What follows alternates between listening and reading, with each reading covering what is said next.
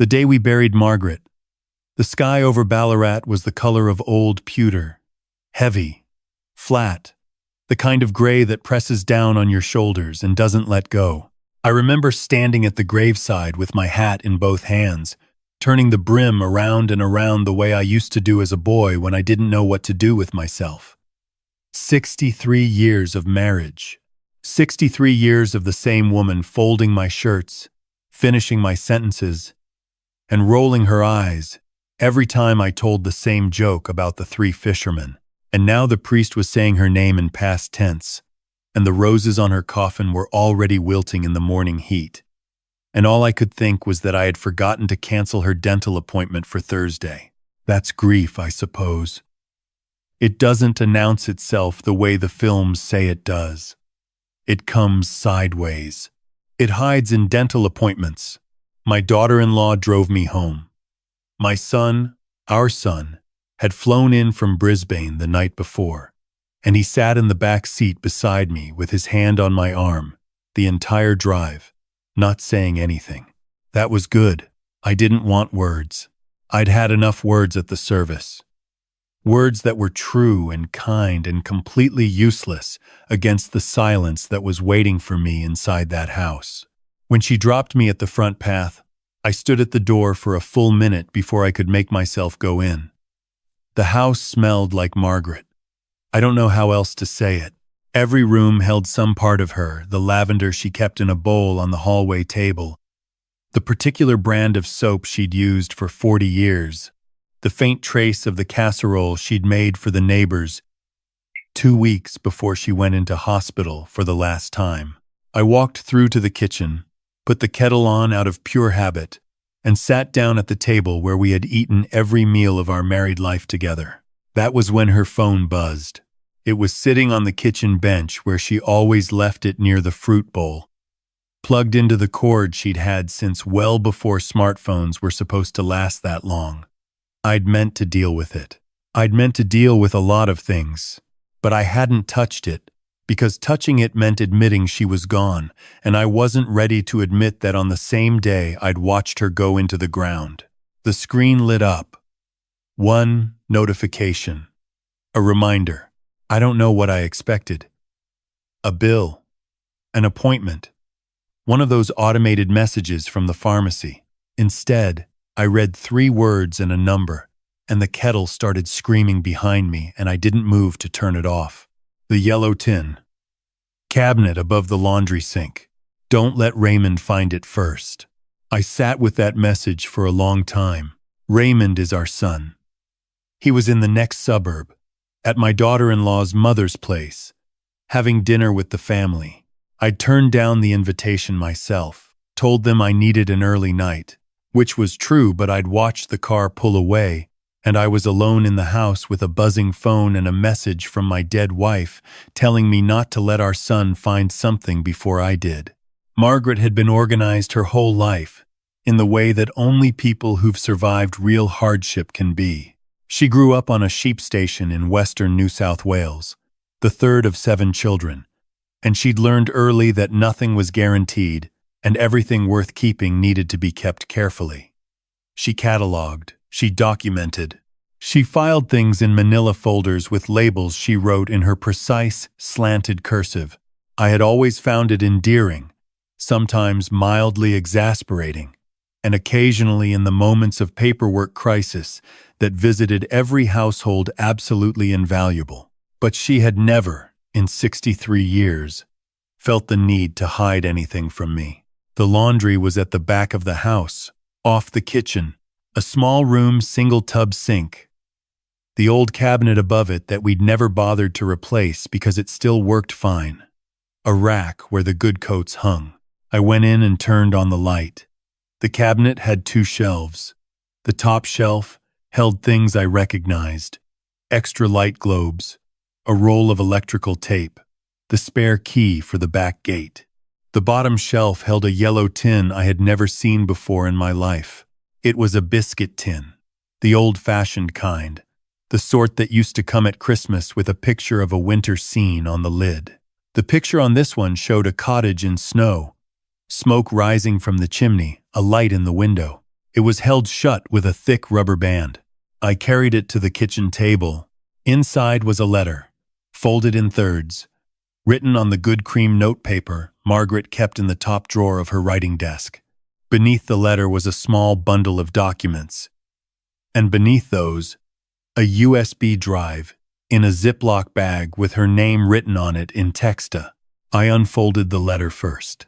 Her handwriting was shakier than I remembered it from even 6 months ago. The illness had been hard on her hands near the end, but the words were entirely hers. My love, if you're reading this, then the reminder worked, and you found the tin before Raymond did. I'm sorry that I couldn't tell you all of this in person. I tried, more than once, and I couldn't find the words that felt right, and I'm ashamed of that now. You deserved to know sooner. Please forgive me for not being braver. What I'm going to tell you is hard to read, but you need to know it, and you need to act on it. And I couldn't leave without making sure you had everything you need to do that. Raymond has been taking money. Not our money, other people's money. But he used our name to do it. And I found out, and I've been collecting the evidence, and it's all on the USB drive. Everything. Bank records, emails, the names of the people he hurt. You always believed the best of him. That is one of the things I love most about you. But believing the best of someone you love is not the same as protecting them from justice. What Raymond did is not something we can love away. Start with the documents in the bundle. Then the USB. Then call Douglas. Douglas is our solicitor, has been since 1987. His number is written on the back of this letter. I love you. I'm sorry. Take care of the garden. I set the letter down on the table and put my hands flat against the wood, the way you do when the floor seems to have shifted. The kettle had long gone quiet. The house was completely still. Outside, I could hear the neighbor's dog, and further away, a truck moving on the highway, and the normal sounds of the normal world seemed suddenly very far from me. Our son, our Raymond, he was 56 years old. He had grown up in this kitchen. He had learned to ride a bike on the back path and broken his wrist, falling off the old peppercorn tree, and gone to university on a scholarship and come back for Christmas every year without fail.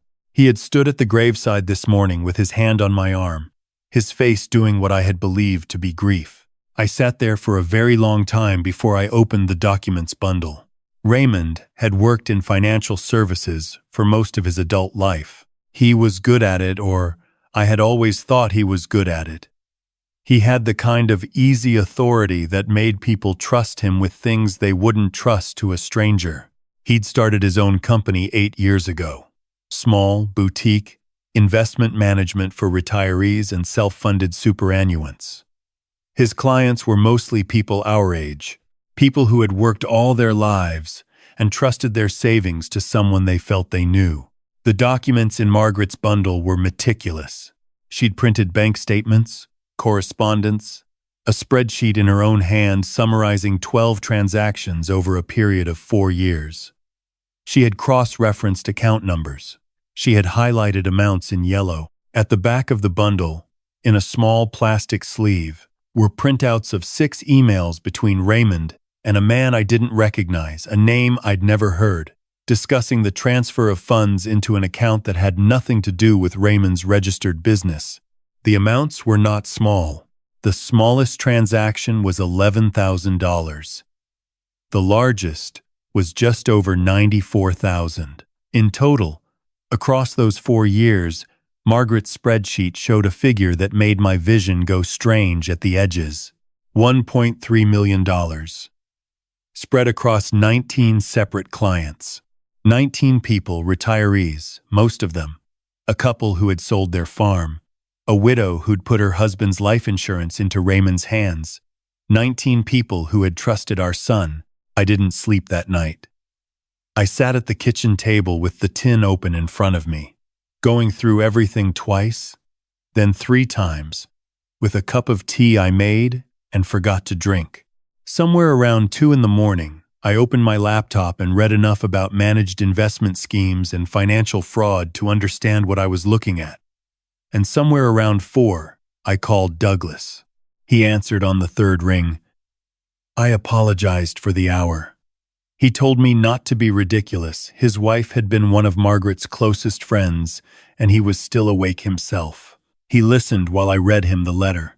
He asked me 4 questions, very precise, in the manner of a man who has spent 40 years making sure he understands the situation exactly before he speaks.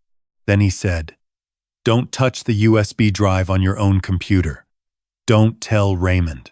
Don't tell anyone else in the family yet. Come to my office at 9 o'clock. I was there at 8:45. Douglas had a young associate in the room with him, a woman named Priya, sharp-eyed and quiet, who took notes on a legal pad without looking down at it.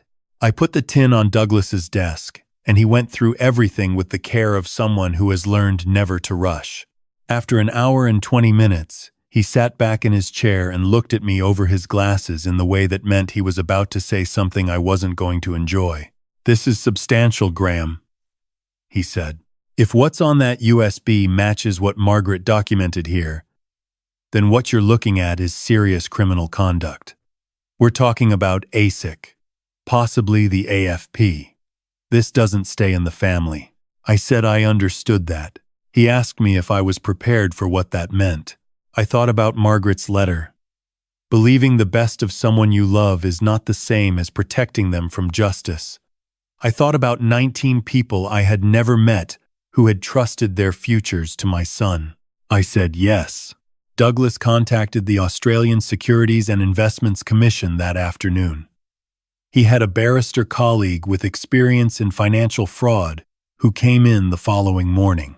The USB drive was examined by a forensic specialist that Douglas contracted, and what was on it was worse than Margaret's summary had suggested. She had documented what she could find from the outside. The digital records showed the full picture. Raymond had been operating a parallel set of accounts since the company's 3rd year. He had used his clients' funds to cover personal expenses, a property investment that had gone badly. He had created false statements.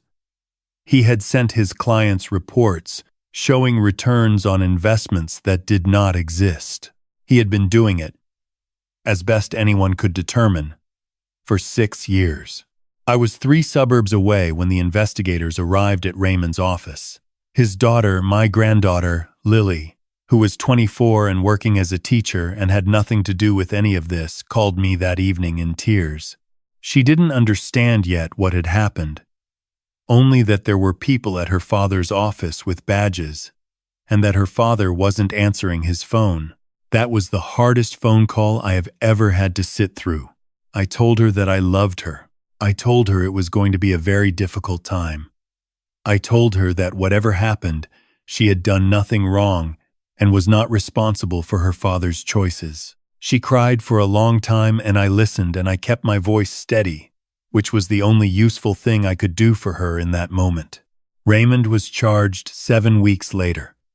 The charges were serious fraud, breach of fiduciary duty, multiple counts of dishonest conduct in the exercise of financial powers. His solicitor made an application for bail that was granted under strict conditions. He called me from outside the courthouse. I answered, because I thought I owed him that much. He was sorry. He said it many times. He said it had started small, and then he couldn't find a way to stop. He said he had been planning to pay it back. He said he knew how it sounded. I listened to all of it. Then I said, "Raymond, I believe that you are sorry. I believe you didn't plan for it to become what it became. But there are 19 people who are short of money they saved over lifetimes, and some of them are in serious difficulty, and sorry doesn't give that back to them." He didn't say anything for a moment. Then he asked if I would come and see him. I said not yet. The legal process moved in the slow and grinding way of these things. ASIC worked with the AFP on the criminal matter. Separately, a civil recovery action was launched on behalf of the affected clients. Douglas coordinated with their lawyers. A number of Raymond's personal assets, the investment property, a share portfolio, a vehicle were identified as available for recovery. What couldn't be fully recovered from Raymond's assets was, in part, recovered through a professional indemnity insurance claim against his license. It was a complex process, and it took many months, and not every client received everything they had lost.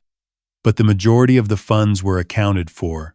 In the end, the couple who had sold their farm received a settlement that, combined with what the civil recovery process produced, came close to what they should have had.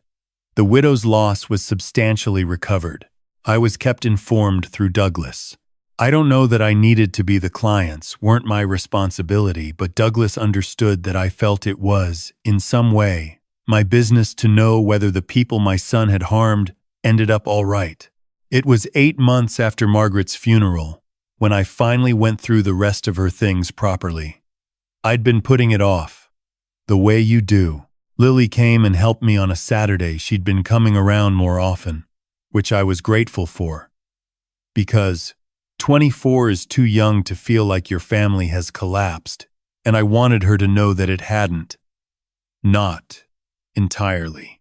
We were going through the writing desk when Lily found a second envelope, tucked behind the false back panel in the bottom drawer, a clever little feature of that old desk I had completely forgotten existed. My name on the front, in Margaret's handwriting. Lily handed it to me without a word and went and made us both a cup of tea. Inside was 1 page. It was shorter than the first letter, and the handwriting was steadier. I think she must have written it earlier, while she still could. I know what I'm asking you to do, she had written. I know it may feel like a betrayal of everything we believed about family. I want you to know that I argued with myself about it for a long time. I went back and forth for nearly a year before I started collecting the evidence. What decided me, in the end, was thinking about those people. Ordinary people, Graham. People like us. People who did everything right and trusted their savings to the wrong man, and now they're going to open their superannuation statements and find it gone. I couldn't leave knowing I had the evidence and hadn't done anything with it. I couldn't do that to them, and I couldn't do that to you.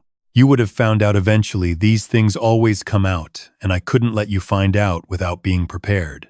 Raymond made his own choices. Our love for him doesn't mean he doesn't have to face them. Real love isn't protection from consequences. Real love is telling the truth, even when it costs you everything. Look after Lily. She's going to need her grandfather. All my love. Always. Margaret. I folded that letter and put it in my shirt pocket, next to my heart, which is where it has stayed ever since. Raymond pleaded guilty to 4 of the charges. He was sentenced to 5 years and 8 months, with a non-parole period of 3 years. I was in the courtroom for the sentencing. I sat in the public gallery, and I looked at my son standing before the judge, and I thought about the boy who broke his wrist on the peppercorn tree, and I thought about 19 people who had trusted him, and I held both of those things at the same time, because both of them were true and neither of them canceled the other out. Lily sat beside me. She held my hand. Afterwards, in the car park, she asked me how I was holding up. I told her I didn't entirely know yet. She nodded like that made sense. She's a thoughtful young woman, a good teacher, her school says, and she had spent the preceding months doing her own difficult work, of understanding what her father had done, and finding a way to carry it without being destroyed by it. I have a photograph on the mantelpiece now.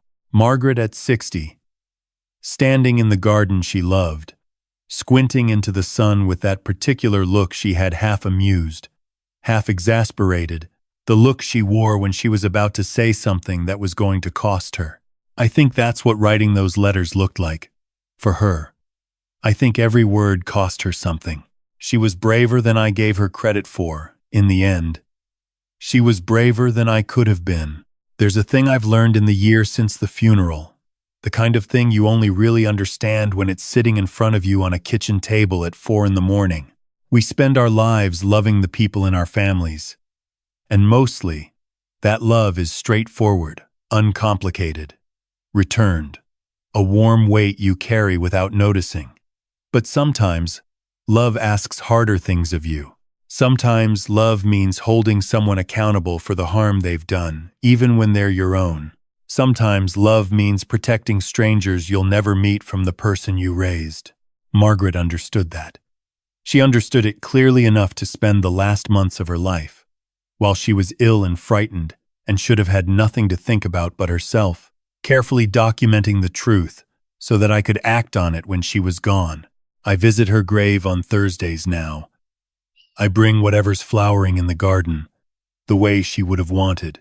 I talk to her about ordinary things, the weather, the garden, what Lily is doing, whether the cricket is worth watching.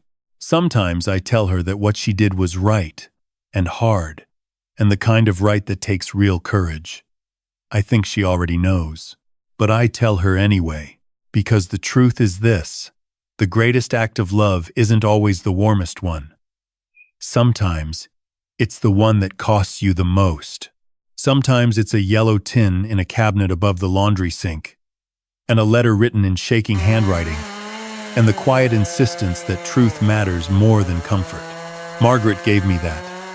She gave 19 strangers their money back, as much as was possible. She gave our granddaughter a grandfather who was prepared, who knew what was coming, who could be steady when everything else was shifting.